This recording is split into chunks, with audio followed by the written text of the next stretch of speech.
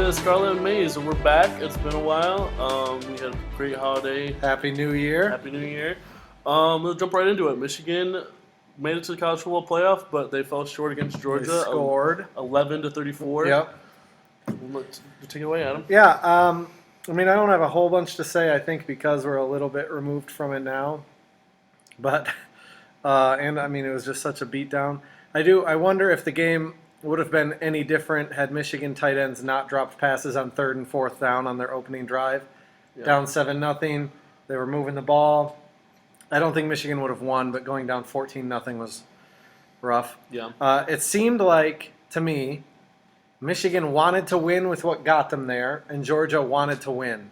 So, like, Michigan kept doing the same things they had been doing. Yeah. I was expecting a little bit more not trickery like a halfback pass or something. We'll just running. Just something new, yeah. And it seemed like they were just trying to do the same thing. And it seemed like Georgia just wanted to win. And it seems like when you have a month in advance to prepare for that game, it's easy to bring in something new. It honestly, it felt like the only game all year that Michigan was decisively outcoached, where it was just like from beginning to end, they just got outcoached. Georgia's defense was crazy good. I love Cade McNamara, but JJ's got to be the guy for next year. Michigan returns a lot, despite some certain people from some certain fan bases somehow thinking that Michigan had all COVID super seniors. I mean, they didn't. They return more people than they don't. But yeah, I do think it is a huge factor, and that they lost Ojabo and Hutchinson. Yeah. I mean, I don't know if I think they'll be better at almost every other position on the field. But yeah, I think you could say that in the bringing back a lot. You have to bring that up. They lose Ojabo and Hutchinson. They return enough. A lot of other guys. Return enough and bring in enough talent to cover that. I will say, those losses. Like the offense should be better. It should be more dynamic. The defense won't have the crazy pass rush that they did, but the D tackles should be better. The linebackers should be better. Secondary should be better. So it also, I think they'll be able to be closer to what Mike McDonald's vision for the defense actually is. I think this year he played to the personnel, which was good. But I mean, honestly, I'll say it right now. I'll be upset if Michigan's not undefeated heading into the game next year. Yeah, I do think the most important position on defense is the pass rush is the defensive ends. They set up everything. For the defense. So part of it this year, Hutchinson and Ojabo were so big because the secondary wasn't as great. And next year, if the secondary is better, they can buy more time for the pass rush. But yeah, I mean, it's whatever. I think you're more likely if you're gonna rely on your secondary to buy time for the pass rush, you're not gonna have a chance against Ohio State. Yeah, probably. We'll see. What do you got? I just think I'm a believer in there is a talent gap in the teams right now. There's been 6 teams to win a playoff game, and since the playoff existed, and all of them were uber talented, or they were Oregon with Marcus Mariota, and it's just been there was a clear talent gap here with Georgia, who's consistently had a top 5 class, had multiple top classes on this roster, and it's just I think until Michigan recruits at a consistently elite level, they won't win a national championship for sure, and I don't think they'll even win a playoff game. To do that, to accomplish that, they'd have to beat 3 of their 4 last games would be most likely teams that are all more talented than them, and that's just going to be hard to do. Right. And even that 4th team would be a Big Ten West champion. While they're inferior, it's still a solid team. That's 4 games in a row that you have to play elite level. Yeah, I do think hopefully this year, even though they got wrecked in the playoff, hopefully winning the Big Ten, making the playoff helps a little bit. They did get a few high-level recruits. Getting there will help recruiting for sure, but I just think it's still, even this year, I think they're 9th right now. They need to take a next step, and they're still in on another 5-star, so they could move up a little bit, but yeah. Ohio State 48, Utah 45. Yeah, I mean, look, this is a game where the narrative is no one cares about non-playoff bowl games. This is a team, Ohio State, that's consistently in the playoffs, and that's even pushed the narrative more of not caring about the bowl game. And they had multiple stars sitting out the game. They had a lot of guys out. I think I saw something was like 34 scholarship players were out for Ohio State, considering those opt-outs and transfers and injuries. There's 34 guys out. Not obviously not all of them are starters. And it was a game where they were down 14-0 early and down 14 points at halftime. And you could easily go like, we don't care about this game. It's not the playoffs. It's not what we came here for. And they could have just given up.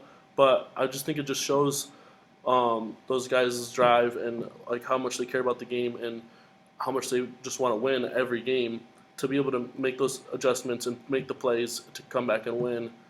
I just think it was really cool, and to have that comeback was awesome. Then Jackson Smith-Njigba, without Olave and Wilson, everyone expected him to have a big game, but no one expected him to have 15 catches, 347 yards, and 3 touchdowns, a Rose Bowl record, one of the best performances from a wide receiver I've ever seen. And with those, then in a 5-game stretch from the last 4 games of the regular season and the Rose Bowl, he had 60 catches, 958 yards, and 6 touchdowns, and that's 5 games. With those averages for a whole season, he would have 144 catches. That'd be top 5 of all time in a season. He'd have 2,299 yards. That would shatter the single-season record, and 14 touchdowns. It just would be absurd if he could consistently play at that level. I love the Buckeyes. I'm excited for what they can do next year, bringing C.J. Stroud back, bringing a lot of guys back. They lose, obviously, Wilson and Olave, thank you. But they proved that they can replace those guys with Jackson Smith-Njigba and the other guys that performed well at the receiver position. And I love the hire of Jim Knowles at defensive coordinator. I'm really excited for what the Buckeyes can do next year. I just wonder if the game would have been any different if it mattered. What do you mean? I'm just joking. It was a great comeback. Jackson Smith-Njigba is a problem. To be clear, I'm not saying that these games don't matter to the players playing in them. Yeah. I just mean holistically they don't matter. Because is Ohio State's season better now that they won this than if they lost? Yeah. I disagree. I think it's the same. It doesn't matter. I think it means something to win a Rose Bowl, to win that trophy. I do think it used to, yeah. Big Ten takeaways. I'll go first. I wish that the Big Ten would get rid of divisions or realign the divisions. Yeah. Because they're doing themselves a disservice in playoff positioning. I wish they would schedule nobody tough in out-of-conference scheduling because it's all risk and no reward, at least for the big boys of Michigan, Ohio State, and Penn State. Yeah. Those games don't help. They only hurt. Yeah. So 2018 Michigan, obviously clearly below Ohio State, but they lost to Notre Dame the first game of the year. The first game was Shea Patterson. If they don't lose that game, if they beat Akron or Towson or whatever, who knows? They may have been in position to... The Citadel. Yeah, they may have been in position to lose in the playoff, Yeah. which is better than not making the playoff. So Right. uh, Yeah, I agree. Yeah. I don't know if I would say that they should I mean, schedule if easier opponents. if Ohio State didn't play Oregon this year, they probably would have won and may have making the playoff. I think they'd be more likely. Macon? Did I say Macon? Yeah, They may have made the they would have playoff. been more likely to make the playoffs if they would have just beat Oregon, and then if they played somebody crappy like Akron. I think they would have been in great shape, even if they beat some crappy team. But they would have been in better shape. I think we should push more for uniform non-conference schedules. I think let me be clear. If Ohio State beat Towson instead of losing to Oregon, I Yeah. think they're in. They played Oregon. They risked it. Yeah, They lost. They're out. I don't agree with you. Okay. I think if they played Towson, beat Towson, have one loss the whole season, it's to Michigan. I don't think they get in over Cincinnati. I think that they were trying to find a way to keep Cincinnati out, and the cards didn't fall the right way. In other years, since Cincinnati wouldn't make it, obviously. Like UCF Cincinnati's resume wasn't much better than UCF's when they went undefeated. This was a unique year where there wasn't really that clear fourth team that should be in. Do you think if Oklahoma State won that they would have been in over Cincinnati? I don't know. I think it's tough. I think they would have because they would have had another big win. In my opinion, Cincinnati would have deserved it, but Oklahoma State probably would have been in. But yeah, that's my biggest thing is if Ohio State beats Oregon, I think Ohio State deserves it over Cincinnati. If Ohio State beats Townsend instead, I don't think they... I think if Ohio State beats Towson, you'd be saying something different right now. You think I'd be saying... I think if Cincinnati got in over Cincinnati... Over Ohio State? Yeah. I think you'd be singing a different tune there, Zach. I don't know. I love Cincinnati. Not as much as Ohio State? I've had They're on my favorite teams on ESPN. I get notifications for all the games for the last, I don't know, like 8 years. With them and Rutgers. No, not Rutgers. Cristiano. Just Big Ten insane. takeaway. Well, I will talking about the other thing you're talking about is the division realignments or just getting rid of the divisions altogether. I completely agree with that, and yeah, I think it's dumb that Ohio State, Michigan, Penn State, the three clear most talented teams in the Big Ten are all in the same division. It should not be that way. My Big Ten takeaways, I think it's cool that Big Ten ended up with one of the best bowl records. They started off hot, ended kind of disappointingly. One of those losses was Rutgers against Wake Forest, where they were completely outmatched. It just shouldn't count on their record. So really, they went 6-3 in my opinion, but 6-4 is still solid. I just think it's cool going into next year that the Big Ten fared well in the bowl games. Yeah, and I think it's they had the same amount. They had less losses in the national championship than the SEC. I wish that the committee, the public, the talking heads would look and just see that the SEC is so top heavy that not all the teams are good. Maybe don't rank everyone as high. Right. Maybe don't give that SEC bias right off the frickin' bat. Yeah. Whatever. Things no one is talking about. Jackson Smith and Jigma's upcoming junior year slump. Also, Ryan Day going to the Bears. What do you got? People are actually talking about the Bears thing. Nobody's talking about Jackson Smith and Jigba junior slump. If Jackson Smith and Jigba has a junior slump, I'm not worried about it. Because they have Marvin Harrison Jr., they have Never heard of him. Emeka Bekpa. They have another, I forget his name, there's a 4-star wide receiver that's going to be a freshman this next year. They have other guys that are talented there. But my thing that things don't want to talk about is I've only seen like one tweet about this. There's all these graphics about all the crazy stats from the Rose Bowl about Jackson Smith and Jigba. In that game, he broke the single season record for receiving yards for the Big Ten. And I feel like nobody's talking about that. And I just think it's super impressive that out of nowhere, the third guy on the list, the afterthought coming into the season, like nobody was talking about, like I would say Olave and Wilson coming into the season, Olave and Wilson. Jackson Smith and Jigba ended up having more catches, more receiving yards, and probably more touchdowns. I have to check that, but for sure more catches. Well, he had to have benefited from having Wilson and Olave, similar to Ojabo and Hutchinson. I'm just kidding. He dominated the Rose Bowl. Clearly he didn't, because I'm just talking trash right now. Yeah, he broke the Big Ten record receiving yards in the season. Crazy. Yeah, he's awesome. Viewer questions. We're gonna start with the football ones, then go to the basketball one. How does it feel that Michigan is the only school in state that lost their bowl game? I'll go first. Yeah, I just think it's funny. Like, who cares? They were in we're on the same page. They were on the same page. That's why I wanted to go first. They were in the biggest bowl of all the in-state schools, and they played Georgia better than any of those teams would have. Yeah, I would have felt better if Michigan won, but it feels fine having Michigan be the only team in the state play a legit opponent because they're in the playoff. Yeah, they didn't get to play a third-string quarterback. I do think it was really impressive. Central Michigan's is underrated from this. Central Michigan's win was really impressive.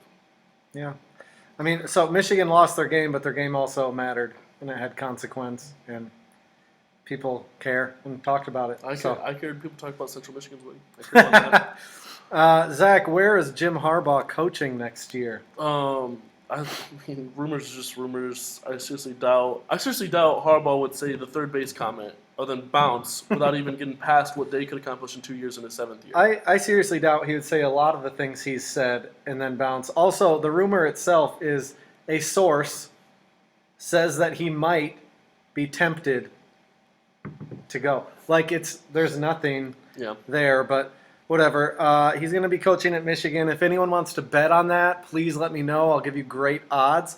The dude said he doesn't care about money and then backed it up by donating his entire bonus, $2 million, back to Michigan. He said he feels like this is the beginning. I mean, honestly, I could go on and on about different things he's said and done for the last 7 years that all point to him wanting to be here as opposed to someone who would, let's say he's not leaving and then the next day take a different job. I think it's way more likely to see Ryan Day leave than Jim Harbaugh. I agree. And I don't... Other than being fired, I could see Harbaugh getting fired. Not right now, not this offseason, but... Right. The only thing people say and are even able to say is that other people have said that they're staying and then left. Like... Those same people say that Jim Harbaugh is oddly different. Just not with this. Yeah. He's a really weird guy, marches to the beat of his own drum, but he's exactly like everyone else when it comes to this. Even though he just gave a bunch of money. It's all about the money, except he just gave a bunch of money. whatever. I do think there is weight to that, and the fact that like, if you are considering it, you're not going to tell people that, even if they ask you. No, but we were talking that earlier in a group text, but a lot of the NFL morons are like, well, his agent, blah, blah. He doesn't have an agent. You would think if you know anything about frickin' anything regarding the situation, you wouldn't start with a faulty premise of Jim Harbaugh's agent who doesn't exist. So I'm actually Jim Harbaugh's agent. Yeah, these people are stupid. Just stop. So for real, if anyone wants to bet, I'll give you great odds. The only thing as likely as Harbaugh being at Michigan next year is MSU fans feeling slighted with their preseason ranking, regardless of where it's at. Whatever. Yeah. On to basketball. Are Sad. we doing the basketball viewer questions? Oh yeah, I forgot. Okay. Is there any hope for Michigan basketball? I think the only hope they have right now is that they play in the Big Ten in a tough conference where they can get really quality wins if they can drastically turn the season around and they could build the resume. They play enough tough opponents still that they don't play in the same conference as Gonzaga. They can make. I mean, at this point, I wish they did, but I think there's a little hope. That window is closing pretty quick. Yeah. Hopefully, their COVID guys aren't out for long. They were missing 5 players last night against Rutgers. I don't know that it would have made a difference. Brandon Johns has had big games against Rutgers. As much as some of our friends like to crap on Brandon Johns, like they lost by 8. Well, let's just get into it. I think there's a little hope. The window's closing. Michigan got beat by UCF and then lost by 8 to Rutgers, missing a bunch of guys. UCF made every single 3 in the second half. Rutgers had a guy shooting 15% on the season on 1 make 2 threes in the second half. I mean, that's 6 points, and it's a 2-point game. Michigan missed 13 or so layups. I forget the exact number. It was in the teens. They missed that many layups. There were 5 or 6 times the announcer said something to the effect of, oh boy, Rutgers got away with one there. So to be clear, I'm not blaming the officials for the loss. It's just another case of a number of calls going one way, and it's a factor, especially in a game that's 8. Like it's not a blowout. Michigan had most of their bench out with COVID, like I said. They played bad. Rutgers played good. Bounces like the 50-50 calls went one way again. I think it's obvious we all downplayed the lack of upperclassmen leadership amongst the players after losing so many guys. Devontae Jones isn't good. Eli Brooks was the only guy older than a sophomore that played yesterday. Honestly, I think it's going to be a rough rest of the year. I think they could get hot. Some freshmen, some things could click for them. Yeah. There have been, I'd say, worse Michigan teams that finished the season strong. There have been a few. There was a Beeline team that started the Big Ten like 1-8, and then went on a roll and made the tournament. Wow. Whatever. I mean, it's unfortunate. Hopefully, a lot of these guys come back and don't just bounce. Yeah, especially with the transfer portal. Yeah, Michigan could be a lot better next year. Should be a lot better next year. I honestly didn't expect this from Michigan at all this season. The trajectory is honestly scary. It went from preseason top 5 to, at this point, I don't even know if they'd make the NIT. And, I mean, they really got to turn this season around for it to not be embarrassing. I mean, I think we're in embarrassing territory right now. Yeah, I mean, you don't judge a season by the first half of the season, though. If they can turn things around, they could make it not embarrassing, but they're on that route. Speaking of embarrassing, Ohio State went to overtime with Nebraska. That is embarrassing. 87-79. They're returning from COVID. They hadn't played since the middle of December, and Kyle Young was out from a unrelated illness to COVID, and he's a huge part of that team. I just think I think the COVID break for Ohio State, the COVID hiatus came at the right time for them. They missed. It sucks they didn't play Kentucky. They missed a couple teams that are bad that could have helped them gel a little bit more, and see some of those younger guys play a lot. But I just think it's cool that they're going to be coming back full strength, hopefully soon, with Kyle Young hopefully back full strength into the Big Ten play. They have a relatively easy schedule to start off. Nebraska should not have gone to overtime. They were up most of the game. Nebraska went on a run at the end of the game, went to overtime. I thought it was really cool to see Branham, a true freshman, to put up 35 points, 6 threes. To have a true freshman like that can do that when you need him to, is huge for a season when you're in the Big Ten and when you're playing when you're playing tough teams all the time, you got to have guys that can step up and have games like that when other guys aren't playing as well, or when you're missing Kyle Young. Yeah. I was just wondering, my only takeaway is I wonder if Ohio State's allowed to play a game that isn't close. Yeah. We'll see. Upcoming basketball, Michigan State on Saturday. I mean, it's at this point, Right. So UCF didn't miss a three in the second half. Rutgers had a guy shooting 15%. Double up his total in the second half. He made 2 threes after one making the rest of the season so far. I feel like A.J. Hoggard is going to make 7 or 8 threes. Can't shoot, but he's going to shoot in this game. Probably Marcus Bingham will have 5 or 6 threes. I think Michigan State will win by a lot. Tom Izzo will probably try to run it up. Retire. And then retire. Yeah. Yeah. What do you think, Michigan State? Michigan State. All right, moving on. So Ohio State at Indiana on the 6th, and then at home against Northwestern on the 9th. Yeah, ESPN's Power Index actually has Indiana winning this game, which surprised me a little bit. I don't think Indiana is very good. No. I like the Buckeyes in both these games. Kyle Young, like I said, will hopefully be back, and I just think like I said, the Buckeyes got lucky with the timing of the COVID outbreak, coming back in time for the Big Ten play. And I said the easy schedule. The Northwestern's not good. Indiana's meh. Yeah.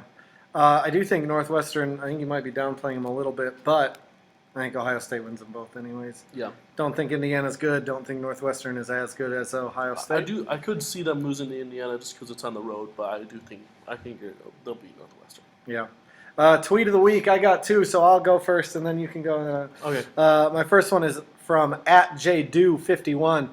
Shortly after the Big Ten championship, Harbaugh lost his wallet, and there's this video clip. Oh shoot, where's my wallet? It doesn't matter because we're Big Ten champions. Shoot, where's my wallet? And I'm like, it doesn't matter because we're Big Ten champions. I like it. What do you got? It's a picture. So Justin, I don't even know how to say his last name. He tweeted, "This kid had 3 touchdowns today in the Rose Bowl period," and then . It's a picture of Marvin Harrison Sr. holding a very young Marvin Harrison Jr., which I assume is at the Super Bowl. Looks like all the fans are on the field and stuff. I'm assuming it's the Super Bowl. It's just a picture of him holding him as a kid, and that guy had 3 touchdowns on the Rose Bowl. That's really too bad. Awesome. My second one is from Scott Bell. He said, "Looks like rival fans of Michigan have settled on bowl record as this offseason's go-to talking point. I know there aren't many good trash talk options left after this fall, but good luck spending the next 9 months carrying the All Bowls Matter flag and pretending you believe it." Well, yeah, my smack talk I have is congratulations, Michigan had a great season, and we're going to whip you guys next year. Yeah, I mean, yeah, it's funny to me how many, if we're being honest, Michigan State fans tried to talk trash to me because they won their bowl game that no one cared about or watched. Yeah, and the third string quarterback for most of the game. Right. Yeah. Yeah, it's fun. I'm glad that you guys are happy with how the season played out. I am too, despite the loss, because they made the Final Four. So yeah, eat a brick. That's it for this week. Get your cider. Get your eggnog, your donuts. Are they still sell eggnog all winter? I thought it was just a Christmas thing. Buy your snacks at Quality Dairy. We'll see you next week. Go Blue. Go Buckeyes.